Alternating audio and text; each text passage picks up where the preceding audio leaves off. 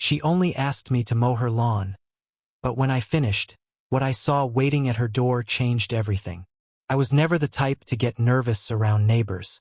Growing up, I was the kid people asked to shovel their driveway in the winter or bring in groceries during summer storms. But that day was different. It was late July, the kind of day where the sun clings to your skin like it's trying to melt you. I had just stepped outside, wiping the sweat off my forehead, when I heard her voice for the first time. Steady, clear, but softened by a kind of hesitation. "Would you mind mowing my lawn?" I turned and saw her standing by the gate. She was in her early 40s, maybe 42, with long black hair that framed her face in soft waves. She wasn't the type of beautiful you'd see in magazines. She was the kind of beautiful that felt lived in, like time had shaped her into something far more graceful than youth ever could. She held herself with quiet confidence, but there was a flicker in her eyes that suggested she wasn't used to asking for help. I smiled, trying to sound casual even as my chest tightened. "Yeah, of course. I can do that." She gave me a small, relieved smile, the kind that lingers a second too long. Then she disappeared back into her house, leaving me with the hum of cicadas and the smell of sun-warmed grass. The mower roared to life, and I pushed it across her yard, sweat trickling down my temples. Every now and then, I caught myself glancing up at the porch, wondering if she was watching. Sometimes I thought I saw movement in the window, a shadow pulling back, but I told myself not to overthink it. She was probably just making sure I wasn't tearing up her flower beds. Still, there was something about the way her presence lingered. Even in her absence, I felt aware of her. Like her home carried her energy, like the yard itself whispered about her life. The clothesline stretched across the back with neatly folded laundry drying in the heat, the small ceramic wind chime by the porch swaying gently in the breeze. It all felt delicate, cared for, like her. By the time I finished, the lawn looked fresh and clean, the air thick with the sharp, earthy scent of cut grass. I shut off the mower and leaned against it, catching my breath. That's when I felt it again, that awareness, that sense of being seen. I turned toward her house, and for a moment, my eyes caught the faintest glimpse of her silhouette behind the screen door. She wasn't doing anything dramatic, just standing there, watching quietly. But it was enough to send a strange current through me, the kind that makes your heart beat faster for no logical reason. I brushed the sweat from my face and tried to steady myself. It was just a favor, I told myself. Just mowing the lawn. Nothing more. But deep down, I knew something had shifted. Something about her gaze, the way it lingered without words, had already planted a seed of I was still catching my breath when I gathered the mower and wheeled it toward the shed near her fence. The heat was unforgiving, my shirt clinging to me, my arms streaked with sweat and dust. All I wanted was a cold drink and a moment of shade. That's when I heard her door creak open. I turned, expecting her usual composed self, maybe a sundress, maybe that same faintly guarded smile she wore earlier. But instead, she was standing there, framed by the doorway, wrapped in nothing more than a towel. For a moment I froze. Her long black hair was damp, clinging to her shoulders, drops of water catching the sunlight like tiny prisms. The towel was knotted neatly above her chest, covering her modestly but leaving just enough bare skin that my throat went dry. She wasn't posing. She wasn't trying to be anything other than what she was. A woman caught in a moment of quiet vulnerability, fresh from the shower, not realizing how much the sight of her would disarm me. "Oh," she stammered softly when our eyes met, clutching the towel tighter around herself. "I didn't think you'd still be out here." I managed a nervous laugh, rubbing the back of my neck. "Finished just now. Lawn looks better than mine ever does." She laughed, too. A soft, almost flustered sound that I hadn't heard from her before. It wasn't the polished, neighborly laugh she usually carried. This one was unguarded, like she'd let her defenses slip without meaning to. "I wanted to thank you," she said, shifting her weight slightly against the doorway. Her bare feet peeked out from beneath the towel, toes curling on the wooden step. "It's been hard keeping up with everything lately. You really helped me out." Her words were simple, but the way she said them, soft, almost apologetic, struck something deeper. She wasn't just thanking me for mowing the grass. She was acknowledging the silence she lived with, the small burdens she carried alone, the quiet relief of someone noticing and stepping in.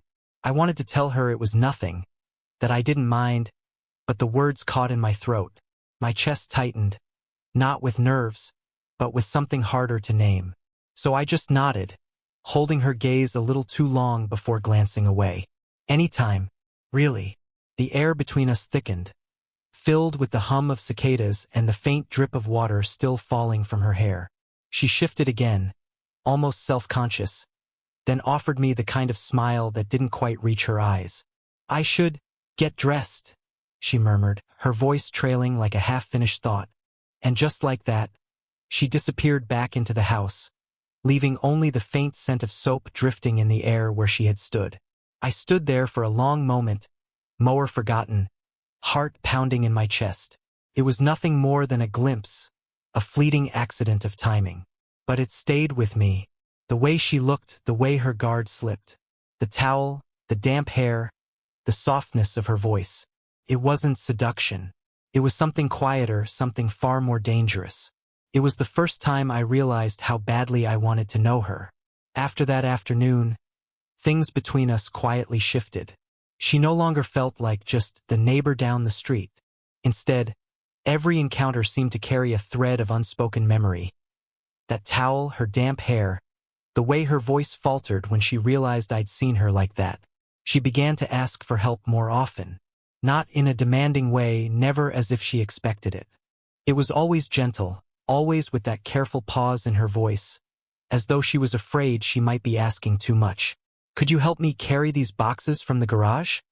she asked one Saturday. They weren't heavy, but she stood beside me as I lifted them, her fingers brushing mine when she guided the box into place. The touch was brief, accidental even, but it left a warmth on my skin that lingered long after. Another time, she waved me over from her porch, holding a grocery bag that had split at the bottom.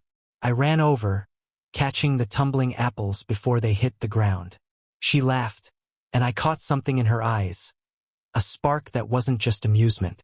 Gratitude, yes, but also something softer, deeper. The more I helped, the more I noticed the details of her life. The way her garden bloomed despite her saying she didn't have a green thumb. The way her house smelled faintly of vanilla and fresh laundry. The framed photographs along her hallway, some of them faded, of children who were clearly older now. Lives grown and moved on. She wasn't lonely in the obvious way. She kept herself busy, her life orderly. But there were cracks in that calm surface. Sometimes, in the middle of a conversation, her voice would go quiet for a second too long. Sometimes I'd catch her staring off at nothing, only to blink back and smile as if nothing had happened. And it was in those cracks where I found myself drawn in. One evening, after carrying a box of old books to her living room, she poured us both a glass of iced tea. We sat side by side on the porch steps, watching the sun slide down behind the houses. Our shoulders brushed, and neither of us moved away. "I hope I'm not keeping you too busy," she said softly, her gaze on the horizon. "Not at all," I replied, maybe too quickly. I like helping." She turned to me then, studying my face. For a moment, the air felt charged, like something unspoken hovered between us. Then she smiled, small but genuine, and looked away. That night, lying in bed, I replayed every detail. Her voice, her smile, the way her shoulder felt against mine. These weren't just favors anymore. Each moment with her was a thread, weaving something stronger, something that felt like it was pulling me closer to her with every day that passed. And though I tried to tell myself it was nothing, my heart already knew better. The sun was beginning to dip, casting a golden glow over the freshly cut lawn. I was still wiping the sweat from my forehead, proud of the neat rows of trimmed grass and the smell of summer lingering in the air. Felt like a job well done. I was gathering my tools when I heard the creak of the back door opening. At first, I thought she was coming out to inspect the lawn or maybe offer me a glass of water. But what I saw next stopped me in my tracks. She stood there, wrapped in nothing but a towel. Her hair was still damp, little droplets rolling down her shoulders and catching the light like tiny diamonds. My heart skipped a beat. This wasn't the kind of thing that happens in real life, or so I thought. She leaned casually against the doorframe, the towel clutched in one hand, a sly smile tugging at her lips. "Finished already?" she asked, her tone playful, almost teasing. I stumbled over my words, suddenly aware of how disheveled I looked. My shirt soaked in sweat, grass clippings stuck to my arms. "Why yeah, just wrapping up," I managed, trying to keep my voice steady. But the truth was, my chest was pounding, my mind racing a mile a minute. The air between us shifted. It wasn't just neighborly banter anymore. Her eyes lingered on me in a way that felt intentional, loaded. She tilted her head slightly, almost as if she was testing me, waiting to see how I'd respond. The silence stretched, heavy with unspoken questions.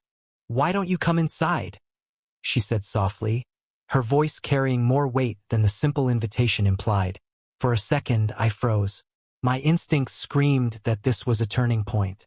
Nothing about this felt casual. This wasn't just about mowing the lawn anymore. It was about crossing a line that couldn't be uncrossed. My mind flooded with conflicting thoughts. Part of me wanted to back away, to tell her I should leave before things went too far. But another part of me, a louder, more reckless part, urged me forward. After all, hadn't there been hints before? The way she smiled a little too long, the way her compliments sometimes carried a hidden meaning? Maybe this moment had been building all along. I glanced down at my hands, still gripping the rake. It felt absurd, standing there with yard tools while she stood framed in the doorway like a scene from a dream. Slowly, I set everything down. My feet felt heavy, like they weren't entirely under my control. Yet somehow they carried me closer to her. She didn't move away. If anything, her smile widened, her grip on the towel loosening just slightly. And in that instant, I knew life was about to change. Whatever happened next would leave a mark I could never erase. The lawn was done, but the real story was only beginning. Her words hung in the air, soft, casual, almost harmless. "Why don't you come inside?" But they carried a weight that made my chest tighten. For a moment, I just stood there, staring at her framed in the doorway, the towel wrapped loosely around her figure, the scent of fresh shampoo drifting out like a lure. The choice was mine, and I knew whatever I decided would alter everything. The line between neighborly kindness and dangerous temptation blurred. I could still walk away. I could nod politely, thank her for the opportunity, and head back home with nothing but a story to laugh about later. But deep down, I knew I wouldn't. My feet betrayed me before my mind could catch up.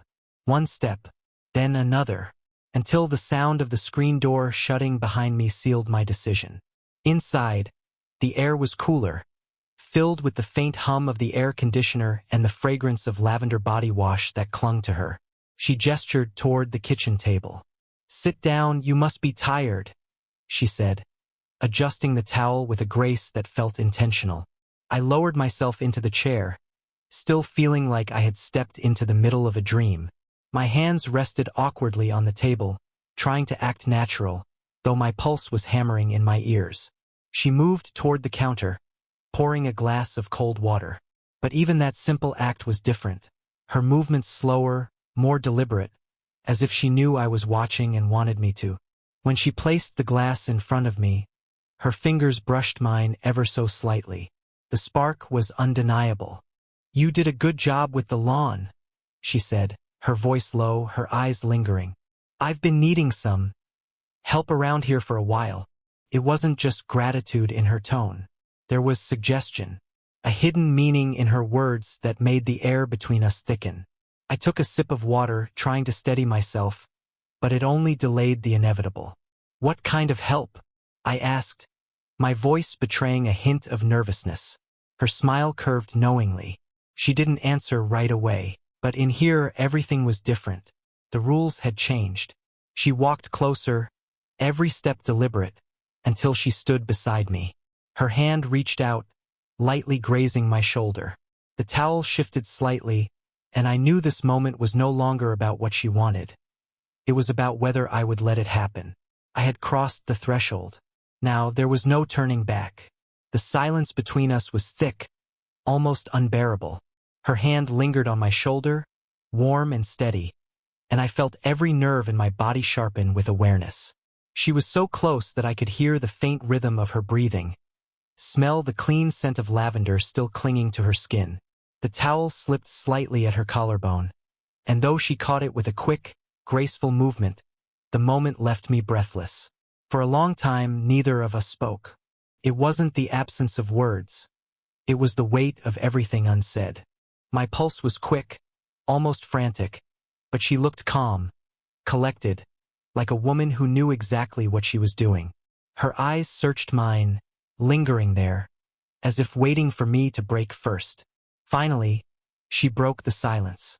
"You've been helping me," she said softly, her voice carrying that mix of strength and vulnerability that made her so impossible to ignore. And I didn't realize how much I needed someone around. Her admission wasn't dramatic.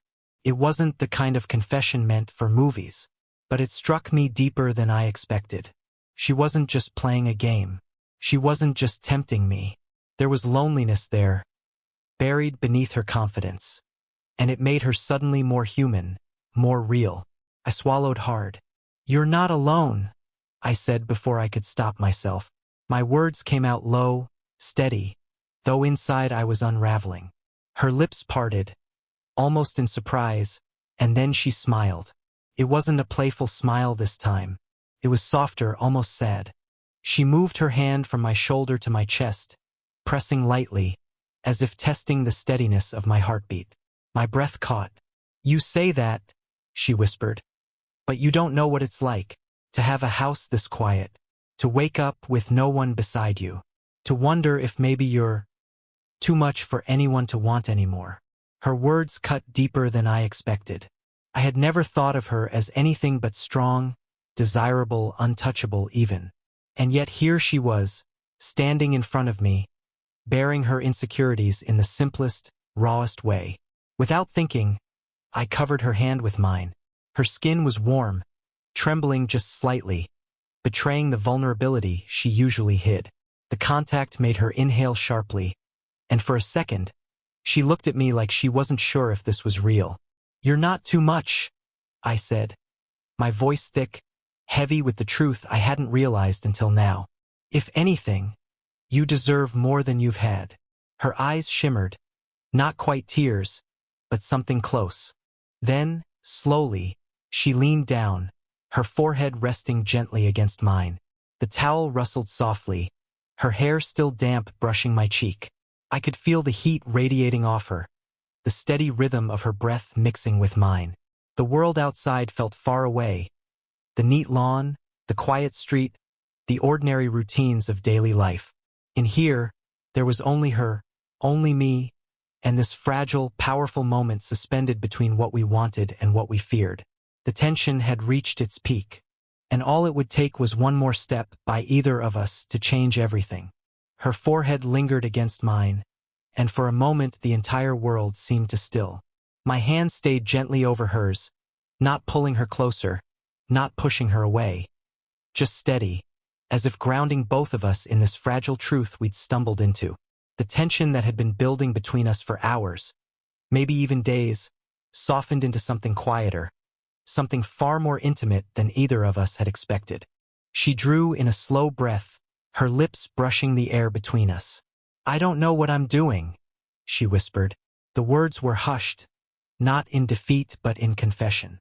They were the kind of words that carried weight, the kind that no one says unless they trust the person listening. I smiled faintly, though my heart was pounding in my chest. "Me neither," I admitted. "But I don't think we have to know everything right now." Her eyes opened fully, those dark, expressive eyes that had once intimidated me, now softened with vulnerability. There was no act, no teasing, no mask. Just her, standing in the quiet aftermath of her own loneliness and finding someone who finally saw it. She let out a small laugh, almost embarrassed, and shook her head lightly, her damp hair brushing my cheek. "I asked you to mow my lawn," she said, a hint of amusement threading through her voice. "And now, here we are." Her words broke the heaviness in the room, and I found myself laughing too, the sound low but real. "Not exactly what I thought I'd be doing this afternoon," I said, my tone playful but warm. She leaned back just enough to look at me properly, her towel still secure, her posture still graceful despite the rawness of the moment. One hand remained against my chest, steady, almost as though she didn't want to let go. "You've been kind to me," she said softly, "and I don't get that often. Not without expecting something in return." Her voice trailed off, but I didn't let her finish. I squeezed her hand gently, grounding her again. "I don't expect anything," I told her, each word slow and deliberate. "I just like being here with you." She studied me carefully then, as though trying to decide if she could believe me. But instead of answering, she reached up, brushing her fingertips lightly across my cheek. The touch was feather-soft, yet it sent a warmth through me that settled deep inside. Then she leaned in. Not for a kiss, but for something quieter, more tender. She rested her head against my shoulder, her arms sliding around me in an embrace that was both firm and hesitant. I wrapped my arms around her in return, feeling the damp strands of her hair against my neck, the faint lavender scent rising again. She exhaled, the sound quiet but full of release, like she'd been holding something inside for too long. We stood there for what felt like a small eternity. No urgency, no words, just two people finding comfort in the closeness neither of us had planned. And in that moment, I realized this wasn't about sudden sparks or reckless passion. It was about trust, about connection, about filling the spaces where loneliness had lived too long. When she finally pulled back, her smile was different. Not playful, not teasing, but genuine. Gentle lines forming at the corners of her eyes, her beauty shining all the brighter because of it. "Thank you," she murmured. And though the words were simple, they carried the weight of something far deeper. The day had started with nothing more than grass to cut. But it ended with something neither of us had expected. A quiet understanding, a fragile but powerful beginning. And as I walked away that evening, the sound of her soft laughter still echoing in my ears, I knew I'd be back. Not because she asked me, but because I wanted to be.